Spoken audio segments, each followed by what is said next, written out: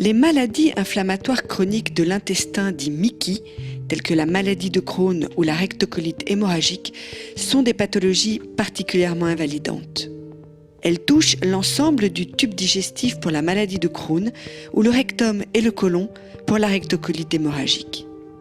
Les signes de la maladie peuvent être de fortes douleurs abdominales, des diarrhées multiples accompagnées de saignements.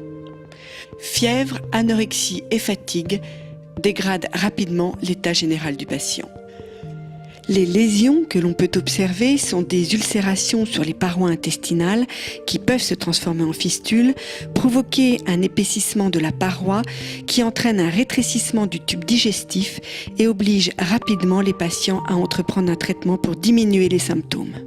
Le processus inflammatoire est un phénomène naturel de l'organisme pour lutter contre toute agression potentielle.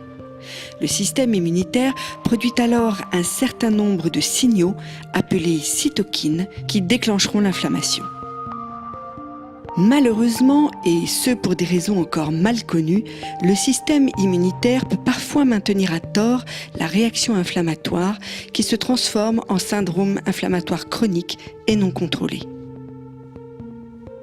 Ces signaux, appelés cytokines, agissent comme des médiateurs entre cellules et sont générés par certaines cellules du système immunitaire, notamment les lymphocytes T.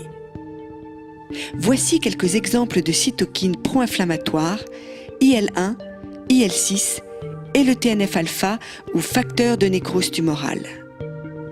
La production excessive de ces médiateurs de l'inflammation, en particulier le TNF-alpha, peut conduire rapidement à l'inflammation intestinale chronique qui entraîne la lésion des muqueuses et du tube digestif. Voici leur mécanisme d'action. Lorsque le TNF-alpha est produit et relâché dans le sang, il interagit avec une autre cellule munie de récepteurs de TNF-alpha. Après fixation à ces récepteurs, il va induire une surproduction des différentes cytokines pro-inflammatoires. C'est l'inflammation chronique. Douleurs, ulcères, inflammation de l'ensemble des intestins font leur apparition. Il faut agir. Un des moyens de réduire l'inflammation chronique est de modifier la réponse du système immunitaire en utilisant des agents biologiques comme l'anti-TNF-alpha. Celui-ci fait partie de la classe des immunomodulateurs capables de bloquer la production de cytokines pro-inflammatoires. Inflectra est un anticorps monoclonal qui appartient à la famille des anti-TNF-alpha qui ont révolutionné le pronostic de ces patients et qui ont considérablement amélioré leur qualité de vie. L'injection par voie intraveineuse d'Inflectra va permettre, à travers plusieurs mécanismes d'action, de neutraliser la production des cytokines pro-inflammatoires et éliminer l'inflammation. Lors du mécanisme primaire, l'agent anti-TNF-alpha peut se fixer au récepteur transmembranaire se trouvant à la surface de la cellule inflammatoire et va pouvoir empêcher le TNF-alpha de se fixer sur ce récepteur transmembranaire et donc inhiber le processus inflammatoire. Il peut également se fixer au TNF soluble circulant dans le sang et neutraliser ainsi la cytokine pro-inflammatoire TNF-alpha.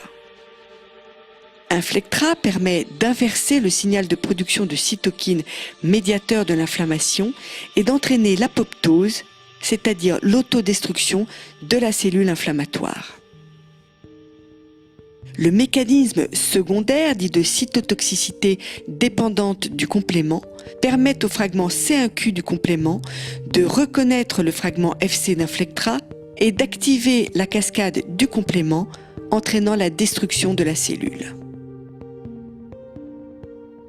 Le troisième mécanisme d'action, dit ADCC ou cytotoxicité cellulaire anticorps dépendante, est médié par des cellules effectrices comme les macrophages avec leur récepteur FCR qui va reconnaître le fragment Fc d'Inflectra et détruire la cellule inflammatoire par phagocytose. En quelques semaines, les patients bénéficiant d'un traitement par anti-TNF-alpha, comme Inflectra, peuvent observer une nette diminution des symptômes, éviter ainsi le recours à la chirurgie et profiter de leurs activités habituelles dans le cadre d'un retour à la vie normale.